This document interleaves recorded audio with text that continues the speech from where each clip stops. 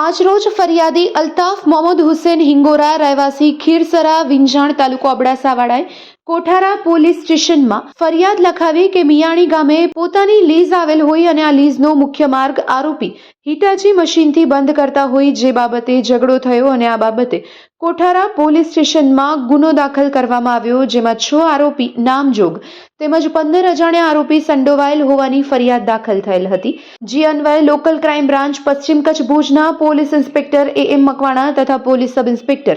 JB Jadav તથા police sub inspector HM Shinol સાહેબના માર્ગદર્શન હેઠળ આ ગુના કામેના આરોપીને પકડી પાડવા માટે લોકલ ક્રાઇમ બ્રાન્ચના કર્મચારીઓને સૂચના આપી હતી, જે સૂચના મુજબ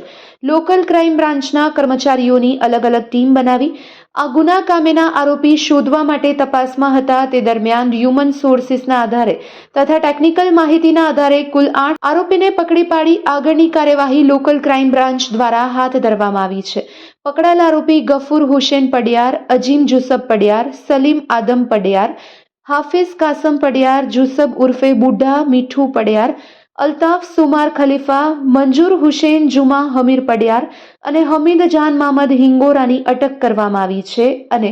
હાફિઝ કાસમ પડિયારનો ગુનાહિત ઇતિહાસ પણ રહેલો છે. કબજે કરવામાં આવેલ મુદ્દામાલમાં મારુતિ સુઝુકી કંપનીની gym car registration number GJ12FF7515 કિંમત ₹7 લાખ, અન્ય એક બ્લેક કલરની મારુતિ સુઝુકી કંપનીની કાર GJ12FD 9966 કિંમત ₹5 લાખ, 5 લાકડાના ધોકા અને એક લોખંડનો પાઇપ મળી કુલ ₹12 લાખ રૂપિયાનો મુદ્દામાલ કબજે કરવામાં આવ્યો છે. આ સમગ્ર કામગીરીમાં પશ્ચિમ કચ્છ ભુજ લોકલ ક્રાઇમ બ્રાન્ચના સ્ટાફના માણસો જોડાયા હતા.